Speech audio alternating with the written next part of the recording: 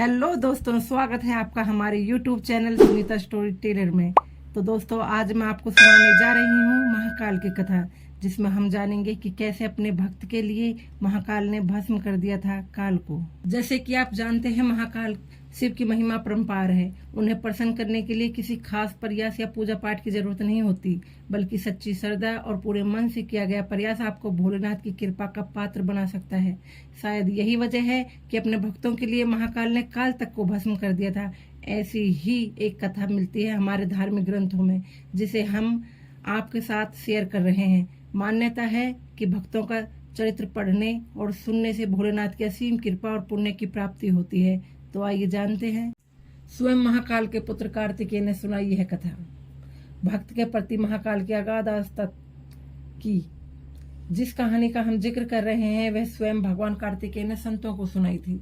इसके अनुसार राजा श्वेतकेतु, जो कि भोलेनाथ के परम भक्त थे, उन्होंने काल को भी जीत लिया था। राजा श्वेतकेतु सदाचारी, सत्यवादी, धर्म के मार्ग पर चलने वाले सूरवीर और प्रजा पालक थे। वे अत्यंत ही निष्ठा और प्रेम भाव से प्रजा का पालन और अगाध आस्था और श्रद्धा भाव से शिव भक्ति करते थे। उनके इस भक्ति भाव से महाकाल अत्यंत प्रसन्न थे। उनकी कृपा से श्वेतकेतु के राज्य के लोग दुख, दरिद्रता, अकाल मृत्यु और महामारी से अछूते थे। जब पूरी हो गई राजा श्वेतकेतु की आयु, एक दिन जब राजा श्वेतकेतु का जीवन काल समाप्त होने को था और वह भोलेनाथ की आराधना में लीन थे, तब चित्रगुप्त ने यमराज से कहा कि राजा श्वेतकेतु की आयु पूरी हो चुकी है, अब उनके प्राण हरने का समय है। तब यमराज ने अपने दूतों को आज्ञा दी कि वे जाएं और श्वेतकेतु के प्राण हर लाएं। यमदूत राजा श्वेतकेतु के पास पहुंचे तो वह शिव मंदिर में थे। दूत बाहर ही खड़े हो गए। श्वेतकेतु गहरे ध्यान में थे। बहुत देर हो गई, न श्वेतकेतु का ध्यान टूटा और न यह दूत हिले। दूत बिना अपना काम किए खड़े रहे।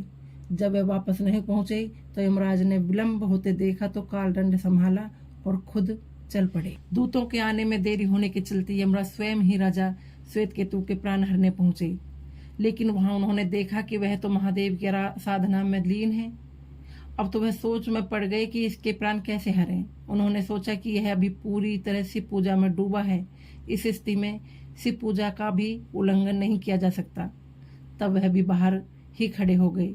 उधर जैसे ही काल को इसकी सूचना मिली तो उन्होंने तलवार निकाली और शिव मंदिर में जा घुसी। काल ने देखा कि राजा श्वेतकेतु अभी भी भगवान शिव के लिंग स्वरूप के सामने बैठे ध्यान मगन है। वह झपट कर आगे बढ़ा और जैसे ही उसने राजा श्वेतकेतु का सिर काटने के लिए तलवार उठाई, शिव ने अपना तीसरा नेत्र खोलकर काल की ओर देखा। भोलेनाथ का तीसरा नेत्र खुलते ही काल वहीं राजा श्वेतकेतु के सामने जलकर भस्म हो गया। थोड़ी देर बाद जब राजा श्वेतकेतु का ध्यान टूटा, उन्होंने अपनी आंखें खोली तो राख में बदल चुके काल को देखा। उन्हें चिंता हुई कि यह कौन है और क्या है। श्वेतकेतु ने भगवान शिव से पूछा, हे भोलेनाथ, यह किसकी राख है? इसे किसने और क्यों जलाया? तब भोलेनाथ ने बताया कि यह काल था, जो कि तुम्हारे प्राण हरने आया था। राजा श्वेतकेतु ने कहा कि हे महाकाल, ये तो आपकी ही आज्ञा से तीनों लोकों में विचरण करता है, लोग को नियंत्रण में रखता है। इसी के भय से तो लोग पुण्य कार्य करते हैं। आप इन्हें अतिशीघ्र जीवन दान दे दें। शिव जी की कृपा से काल जी उठा और उसने उठते ही श्वेतकेतु को अपने गले से लगाकर बोला, राजा, तुम जैसा तो तीनों लोकों में कोई नहीं है। तुमने तो अजय काल को भी जीत लिया। जीवन दान पाकर काल और यमराज ने कहा कि ऐसे जातक जो शिव जी के परम भक्त हैं, सच्चे मन और पूरी श्रद्धा से महाकाल की पूजा में लीन रहते हैं, सिर पर जटा और गले में रुद्राक्ष पहनते हैं, विभूति का त्रिपुंड ललाट पर लगाते हैं और पंचाक्षर मंत्र का जप करते हैं, उन्हें कभी भी अकाल मृत्यु का ग्रास नहीं बनना पड़ेगा।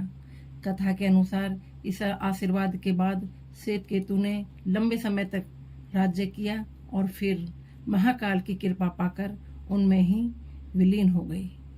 तो दोस्तों, आपको हमारी कथा कैसी लगी कमेंट करके जरूर बताएं और हमारे चैनल को सब्सक्राइब करना ना भूलें। जय महाकाल।